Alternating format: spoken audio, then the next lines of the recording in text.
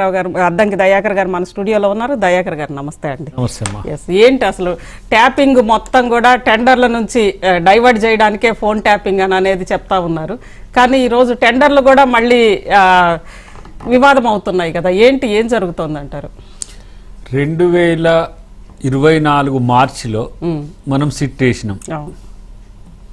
దాన్ని కొన్ని technical issues floss మొదలు పెట్టేసి మళ్ళీ దాన్ని స్క్వాష్ చేసిండ్రు. మళ్ళీ న్యూ మనము సిట్ని సజ్జనార్ నేతృత్వంలో వేసినాం. మరి బొగ్గుది ఎప్పుడు జరిగింది?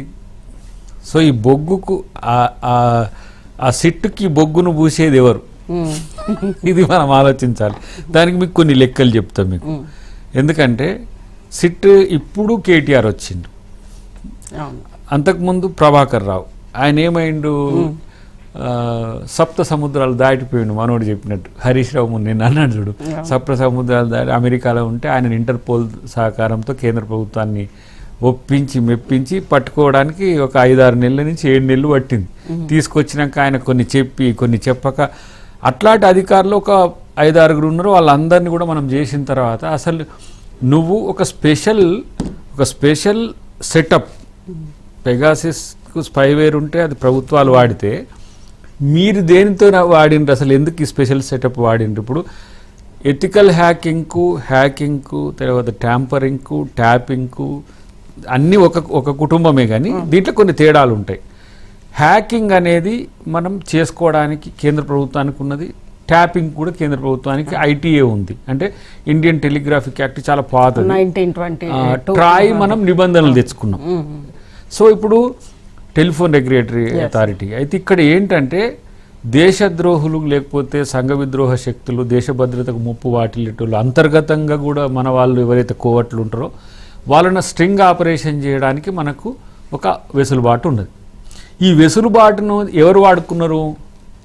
ఈ రాష్ట్ర ప్రభుత్వము త్రూ మనోడు ఐజీగా ఉన్న, ఇంటెలిజెన్స్ ఐజీగా ఉన్న ప్రభాకర్ రావుతో వాడుకున్నాడు. ఏమని వాడుకున్నాడు మీకు ఒక ఎగ్జాంపుల్ చెప్తా. మహేష్ కుమార్ గౌడ్ గారు ఇప్పుడు పిసిసి ప్రెసిడెంట్ కదా, ప్రీవియస్ వారు వర్కింగ్ ప్రెసిడెంట్ ఉన్న కాలంలో ఆయన ఫోన్ ట్యాపింగ్ చేయాలంటే వీళ్ళు ఎంచుకున్న మార్గం ఏంటంటే అన్నలకు మంచి భోజన సదుపాయాలు చేస్తాడు కాబట్టి, అంటే మావోయిస్టులకు ఆయన ఏమిటి ఫుడ్ సప్లై చేస్తున్నాడు కాబట్టి ఈయనది మనం తెలుసుకోవాలని చెప్పేసి ఒక లేఖ రాస్తారు. మరి మావోయిస్టుల కంటే మరి అంతర్గత భద్రతే కదా సమస్య కదా, కాబట్టి ఇమ్మీడియట్గా ఈ ఫోన్ నువ్వు ట్యాప్ చేయి. ఇట్లా 534 మెంబర్స్ చేసి అలాంటి ఆధారాలు ఉన్నాయా? ఇలా రాసినట్లుగా ఆధారాలు ఇప్పుడు నేను మా మహేష్ కుమార్ గౌడ్ గారు మొన్న పోయింది కదా, నా ఫోన్ ట్యాప్ అయింది. ఎట్ వాట్ బేసిస్ అంటే ఆయనకయా నువ్వు అట నక్సలైట్లకు భోజనం పెట్టినవాట, పెడుతున్నవాట కంటిన్యూస్గా, కాబట్టి మరి నీది నిరంతరం నిఘా ఉండాలి కాబట్టి నీది మేము చేసినాం. ఇట్లా మా ముఖ్యమంత్రి గారు అప్పుడు పిసిసి ప్రెసిడెంట్గా ఉన్నారు, వారు ఒక కారణంతో ఇంకో కారణంతో ఇట్లా వాళ్ళు అనుకున్న వాళ్ళని అందరినీ, ఇప్పుడు ఫర్ ఎగ్జాంపుల్ మీకు ఒక కంపెనీ ఉంది, మీరు మాకు పార్టీ చందా ఇవ్వాలి. పార్టీ చందా ఇవ్వడానికి మిమ్మల్ని బెదిరించుడు ఏకంగా చేసి మీ ఫోన్ ట్యాప్ చేసి మీదేమైనా అక్రమం ఉంటుంది కదా, దాన్ని ఆ బలహీనతను బేస్ చేసుకొని ఇప్పుడు దాదాపు కేటీఆర్ వచ్చిన ఉద్దేశం ఏంటంటే 1200 కోట్ల రూపాయలు మీ అయినాయి కదా, పలాని శ్రీధర్ బాబు దగ్గర నువ్వు ఎందుకు బెదిరించి అడిగినావు? లాస్ట్లో ఉన్న కంపెనీలు కూడా ఇచ్చినాయి వాళ్ళకు. ఇది పక్కన పెడితే ప్రైవేటు వ్యక్తులు, ప్రైవేటు జీవితాలు, మహిళలు, ఇంకా రావాల్సి ఉన్నాయేమంటే ఇంకా కొంతమంది ఉన్నాయి, సినిమా స్టార్స్ అని లేకపోతే బిజినెస్ మ్యాగ్నెట్స్ అని ఇవన్నీ ఉన్నాయి. ఇప్పటికి వాళ్ళు చేస్తున్నది ఏంటంటే ఎవరి ఆధారంతో ఏ పేరు వస్తే ఆ పేరుకు నోటీసులు ఇచ్చేసి పంపిస్తున్నారు, 161, 162 అవే. నేనేమంటున్నంటే మీరు సాక్ష్యంగా వస్తుండ్రా లేదంటే బాధ్యులుగా వస్తుండ్రా? సాక్షులుగా వస్తే పలాని ఎక్స్ చెప్తాడు, సార్ నన్ను పలాని కేటీఆర్ ఇట్లా బెదిరించింది సార్ అని అంటే కేటీఆర్ని విలువ, పలాని హరీష్ రావు చక్రధర్ గౌడ్ ఇష్యూలో ఏదో ఉంది ఆయనను విలువ. రేపు ఇంకెవరైనా వస్తారు, అది కేసీఆర్ వస్తాడా ఇంకెవరు వస్తారా, ఉన్నరా లేరా అని పక్కన పెడితే వీళ్ళు చెప్పిన పేర్లను పిలిస్తే పూర్తి స్థాయి సంగ్రహమైన ఒక మనకు ఎంక్వైరీ రిపోర్ట్ వస్తుందిగా, దీని తర్వాత కదా నిర్ణయం తీసుకోవాల్సింది. కక్ష సాధింపు, రాజకీయ కక్ష సాధింపు. దీంట్లో రాజకీయ కక్ష సాధింపు అంటే ఇప్పుడు అజితమ్మే కంప్లైంట్ చేసింది, సార్ నా ఫోన్ కూడా ట్యాప్ చేసి నువ్వు మహా టీవీలో వచ్చే వార్తలు పూర్తిగా నాకు అనుకూలంగా రాకపోతే నీ టీవీని మూసేస్తా అని కేటీఆర్, హరీష్ రావు ఇంకా లేదో ఒక గోస్ట్ ఒక వ్యక్తి అడుగుతాడు. కంప్లైంట్ చేస్తావు కదా ఇప్పుడు పోలీస్ కన్నా చేయాల్సిందే కదా. ఆ పరిస్థితులు ఉన్నాయి. ఇప్పుడు ఇదంటే పక్కన పెడదాం. కవిత నేరుగా, ఎవరు కవితమ్మ? కేసీఆర్ కూతురు. నా భర్త ఫోన్ కూడా ట్యాప్ చేయాల్సి వచ్చిందని అన్నది. దీనికి సమాధానం ఉందా? ట్యాపింగ్ ఏంది, ఎవరైనా చేస్తారు, మనోడు అంటాడు కదా, ఎవరైనా చేస్తారు, ఒకరిద్దరు ఏమైనా చేసిరేమో పోలీసులు, మాకేం సంబంధం? పోలీసు వాళ్ళు చేసే ట్యాపింగ్ నీకెందుకు చెప్తారు, మనకెందుకు చెప్తారు, సిట్ ఎందుకు వస్తుంది? పోలీసు వాళ్ళు చేసే ట్యాపింగ్ సీక్రెట్గా చేస్తారు. వాళ్ళు ఎవరి నిఘా పెట్టి, ఇప్పుడు సమ్ ఎగ్జాంపుల్, ఎవడో వచ్చిండు, ఒక అంతర్జాతీయ తీవ్రవాది వచ్చిండు, లేదంటే మా దగ్గర తుంగతులు ఇంతకుముందు ఇద్దరు వచ్చిండ్రు, అక్కడ ఎన్కౌంటర్ అయింది చూసిండ్రు.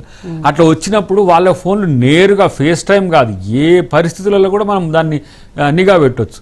కానీ ఇలాంటి ప్రైవేట్ వ్యవహారాల్లో మీరు చేయడమే కాకుండా అకృత్యాలకు తెగబడి చాలా ఉన్నాయి. కానీ ఇప్పుడు మనం మాట్లాడాల్సిన అవసరం లేదు, రేపు వచ్చినప్పుడు మనం మాట్లాడదాం.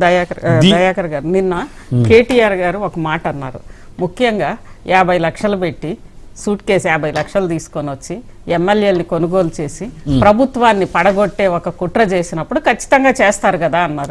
అందులో 1952లో జవహర్లాల్ నెహ్రూ గారే ఇది స్టార్ట్ చేశారు. ముఖ్యంగా శాంతి భద్రతలు, అదేవిధంగా ప్రభుత్వ స్థిరత్వం, ఈ రెండింటికి కూడా భంగం కలిగితే ఇప్పుడు ఆ 50 లక్షలు తీసుకెళ్లి రేవంత్ రెడ్డి గారు ప్రభుత్వ స్థిరత్వాన్ని అస్థిరపరిచే కుట్ర చేశారు కాబట్టి చేసి ఉండొచ్చు అన్నారు. ఇప్పుడు నేనేమంటున్నా, మిమ్మల్ని ఎవరు వద్దన్నారు? మిమ్మల్ని నిఘా పెట్టి ప్రభుత్వాన్ని అస్థిరపరచడానికి చేసే ప్రయత్నాన్ని అడ్డుకుంటే మిమ్మల్ని ఎవరు వద్దన్నారు? అక్కడ 6 మంది ఎమ్మెల్యేలు పోయి ఒక ఫామ్ హౌస్లో ఉంటే కూడా మీరు చేసిండ్రు.